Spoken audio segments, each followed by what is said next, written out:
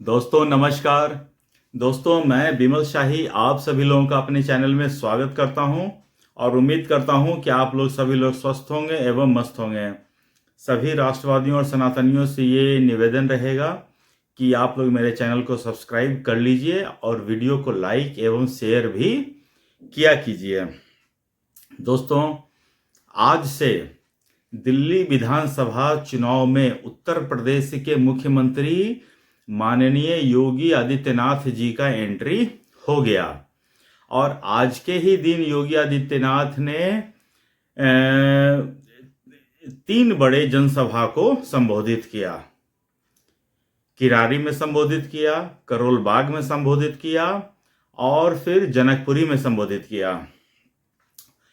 तो दोस्तों अभी कल मैं देख रहा था कि यूपी के जो सीएम हैं योगी आदित्यनाथ अपने तमाम मंत्रिमंडल को लेकर प्रयागराज में कैबिनेट की बैठक की और शासन की तरफ से बहुत सारी घोषणाएं की गई। उसके बाद योगी आदित्यनाथ अपने तमाम मंत्री परिषद के साथ जाकर संगम में प्रयागराज में महाकुंभ में जाकर संगम तट पर स्नान भी किया और वो दृश्य मैं टीवी पर देख रहा था तो काफी भव्य दृश्य था। योगी आदित्यनाथ पहले एक बोट से गए वहां पर बीच में और पक्षियों को, साइबेरियन पक्षियों को खाना खिला रहे थे, दाना खिला रहे थे और उनके साथ तमाम मंत्री परिषद के सदस्य थे और सबने मतलब गंगा में डुबकी लगाई और एक दूसरे के ऊपर पानी का बौछार किया। एकदम मस्त माहौल जैसा दिख गया। और उसके बाद ये जो समाजवादी पार्टी के जो नेतागण हैं उनको ये हरकत मतलब उनकी ये आचरण जो है उन्हें पसंद नहीं आया और उन्हें पसंद आ भी नहीं सकता है क्योंकि ये सनातन को लेकर चीज़ें हैं और अखिलेश यादव इन सब को और अपोजिशन के जितने पार्टी हैं उनको ये सब चीज़ें पसंद नहीं हैं। उन्हें तो सिर्फ जालीदार टोपी और कंधे पर वो जो गमछा होता है वो पार्टी में उन्हें सिर्फ आनंद आता है। एनीवेज, तो आज हम लोग का फोकस रहेगा दिल्ली विधानसभा चुनाव और योगी आदित्यनाथ ने जो रैली की उसके ऊपर हम लोग बात करेंगे। दोस्तों योगी आदित्यनाथ जो है दिल्ली में रैली करने आए थे और उन्होंने अरविंद केजरीवाल के ऊपर ताबड़तोड़ हमले किए हैं।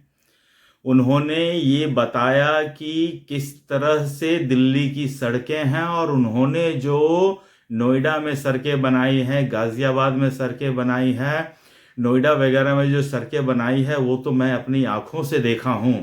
काफ़ी मतलब कि अच्छी सड़कें हैं, वर्ल्ड क्लास की सड़कें हैं और इंफ्रास्ट्रक्चर के मामले में जितना डेवलपमेंट नोएडा किया है या फिर जितना डेवलपमेंट गुड़गांव में हुआ है दिल्ली में उसका 1/4 भी नहीं हुआ है। वहाँ दिल्ली में सिर्फ डेवलपमेंट हुआ है कि केजरीवाल का शीश महल बहुत अच्छा बना है। योगी आदित्यनाथ इसमें पीछे रह गए हैं कि वो केजरीवाल जैसा शीश महल नहीं बनवा पाया। केजरीवाल जैसा अयासी की जिंदगी योगी आदित्यनाथ नहीं जी पाए हैं। एनीवेज, उसके बाद सीएम योगी आदित्यनाथ ने कहा कि अरविंद केजरीवाल जिस तरह कल मैं संगम में गंगा यमुना के संगम में डुबकी लगाकर आया हूँ, क्या तुम दिल्ली के गंगा में डुबकी लगा सकते हो, नहा सकते हो? तो ये जो स्टेटमेंट था ये इस पूरे चुनाव का मास्टर स्ट्रोक है।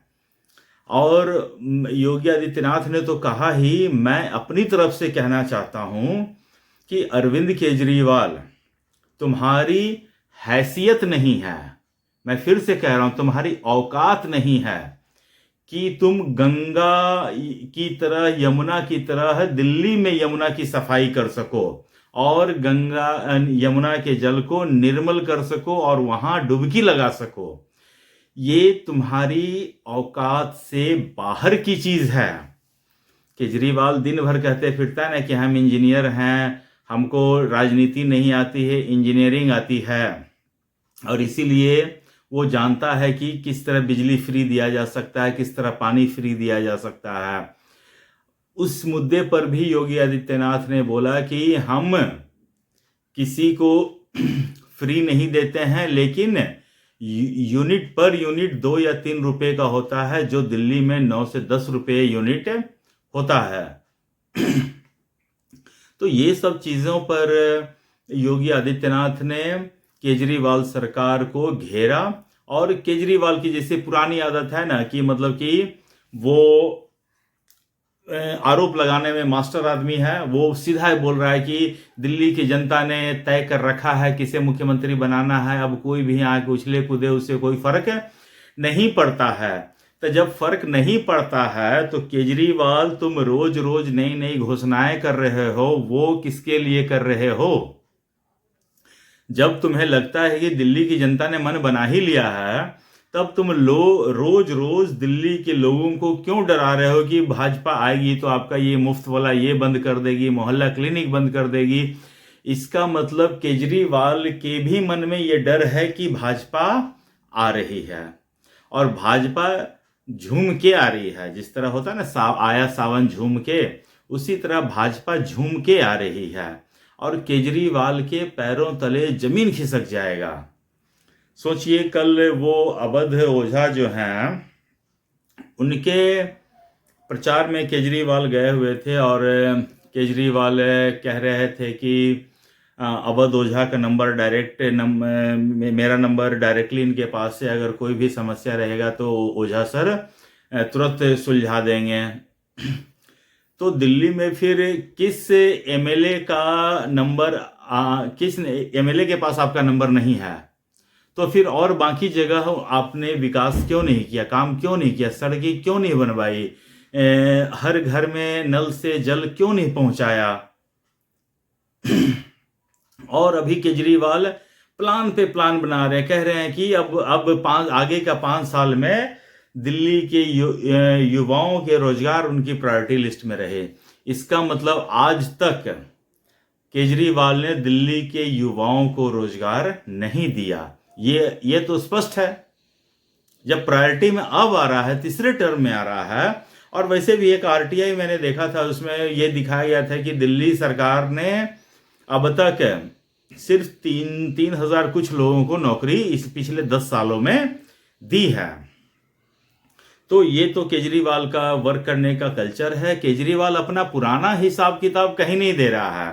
केजरीवाल से कोई पूछता है कि आपने ये क्यों नहीं किया, तो अब हम आगे करेंगे, आपने ये काम क्यों नहीं किया, तो हम आगे करेंगे।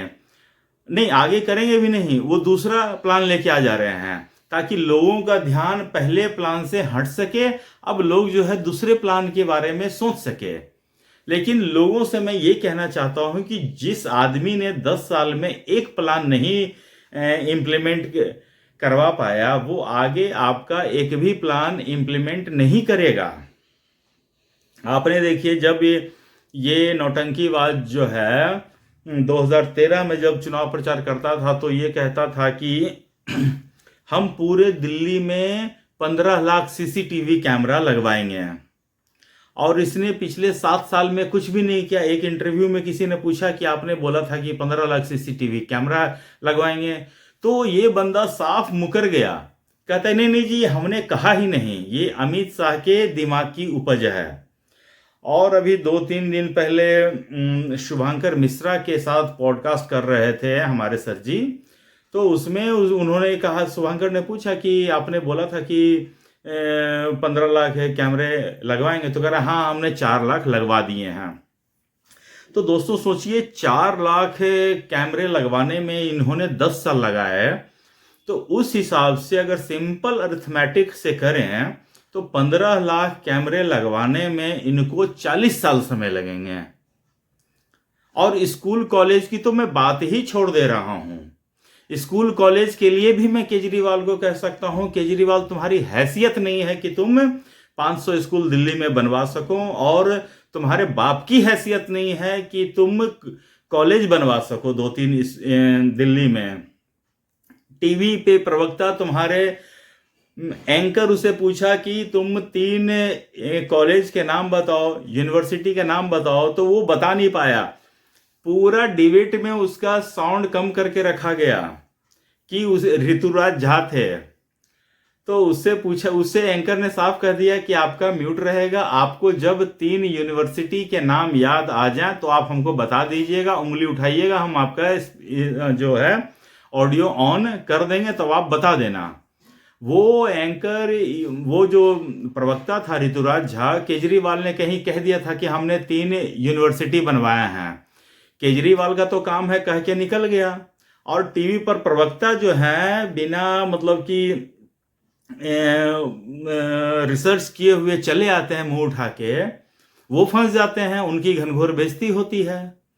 खैर, आम आदमी पार्टी में तो इज्जत और बेइज्जत का तो अब इन लोग इन सब चीज़ों से ऊपर उठ चुके हैं। केजरीवाल रिक्शा वाले से, टमटम वाले से थप्पड़ खाया, मार खाया, मुंह फुला के बैठा हुआ था, और अभी भी चुनाव में देखिए हर दूसरे दिन उसके ऊपर कोई ना कोई कांड होता ही है। अभी तो मैंने अभी पहले वीडियो में बता चुका हूँ कि केजरीवाल अपने ऊपर अटैक करवाएगा और बड़ा वाला अटैक करवाएगा। ये तो जो थप्पड़ ऊपर मिल रहा है या फिर कोई घुस गया है इसको गाली गलौज दे रहा है, ये सब तो कुछ नहीं है। सोचिए, जो योगी आदित्यनाथ जो आज आए थे वो दिल्ली में डेवलपमेंट के ऊपर बात करते हैं, और केजरीवाल दिल्ली में सभा करता है, वो अपने आप को गालियां देता है कि मैं कमीना हूं, गुंडा हूं, भड़वा हूं, ये हूं, वो हूं, सारी गालियां सुना दिया है। और केजरीवाल का पॉलिटिक्स का स्टाइल है, पर डे प्रेस कॉन्फ्रेंस करना। कल वो प्रेस कॉन्फ्रेंस कर रहा था, कह रहा था कि हम दिल्ली के मिडिल क्लास वालों के लिए कुछ करना चाहते हैं, और उसके बाद कहना शुरू किया, मोदी जी आप ये फ्री कीजिए, मोदी जी आप वो फ्री कीजिए, मोदी जी आप ये फ्री कीजिए। अरे करना तुम चाह रहे हो, और तुम चाह रहे हो कि मोदी से तुम बोल रहे हो, और तुमको इतना लगता है कि तुमने मोदी के साथ इतना बना कर रखा है कि तुम जो बोलोगे मोदी जी मानेंगे, और तुम कहते हो ना कि तुम सीएम बनोगे, तुम तो जेल जाओगे, और तुम्हारे ऊपर सुप्रीम कोर्ट का जो टर्म्स एंड कंडीशंस है जिसके तहत इस पर भी शुभांकर मिश्रा ने इस पर पूछा था कि जो आपके ऊपर तो टर्म्स एंड कंडीशन है तो आप कैसे सीएम बनोगे, तो कह रहा है ये सब कुछ नहीं होता है। मतलब कि ये बंदे को सुप्रीम कोर्ट का जो पाबंदी है उसका थोड़ा सा भी डर नहीं है। हाँ, शुभांकर मिश्रा के इंटरव्यू में पूछा कि यमुना की सफाई में आपने 7,000 करोड़ रुपया सैंक्शन किया, खर्च किया, तो केजरीवाल क्या कहता है कि खर्च कहां किया बताओ हमको, जबकि केजरीवाल को बताना था कि खर्च उसने कहां किया। उल्टा वो एंकर से पूछ रहा है कि बताओ अगर मैंने खर्च किया तो कहां किया है। तो मिला जुला कर ये आलम है, केजरीवाल का कॉन्फिडेंस बिल्कुल लो हो चुका है, और केजरीवाल जैसे जैसे उसका कॉन्फिडेंस लो होते जा रहा है, केजरीवाल का दारू का इंटेक जो है बढ़ता जा रहा है। और मुझे आम आदमी पार्टी के बहुत करीबी लोगों ने, जो केजरीवाल के काफ़ी करीब रहते हैं, उनका टेलीफोन आया था कि केजरीवाल सुबह उठकर दारू पीना शुरू कर देता है, और पूरे दिन वो जो रैलियां करता है वो दारू के नशे में ही करता है, और जो मन में आता है सो बकता रहता है। उसे पता है, क्योंकि उसे मालूम है, क्योंकि वो कानून के साथ खेलना जानता है, वो सीख चुका है, और उसे लगता है कि हम कुछ भी बोल देंगे तो कोई क्या ही कर लेगा उसका। तो इसीलिए केजरीवाल जैसे जैसे अभी योगी की रैली हो रही है, मोदी की रैली होगी, अमित शाह की रैली होगी, जैसे जैसे इनकी रैलियां बढ़ेगी, केजरीवाल का दारू का इनटेक जो है बढ़ता जाएगा, और केजरीवाल बहुत नंगा नाच करने वाला है अभी दिल्ली में। तो दोस्तों, मुझे आज के लिए इतना ही कहना था। आप लोग से रिक्वेस्ट रहेगा कि आप लोग मेरे चैनल को सब्सक्राइब कर लीजिए और अपना ख्याल रखिए। तब तक के लिए आप लोग स्वस्थ रहिए, मस्त रहिए। नमस्ते, बाय।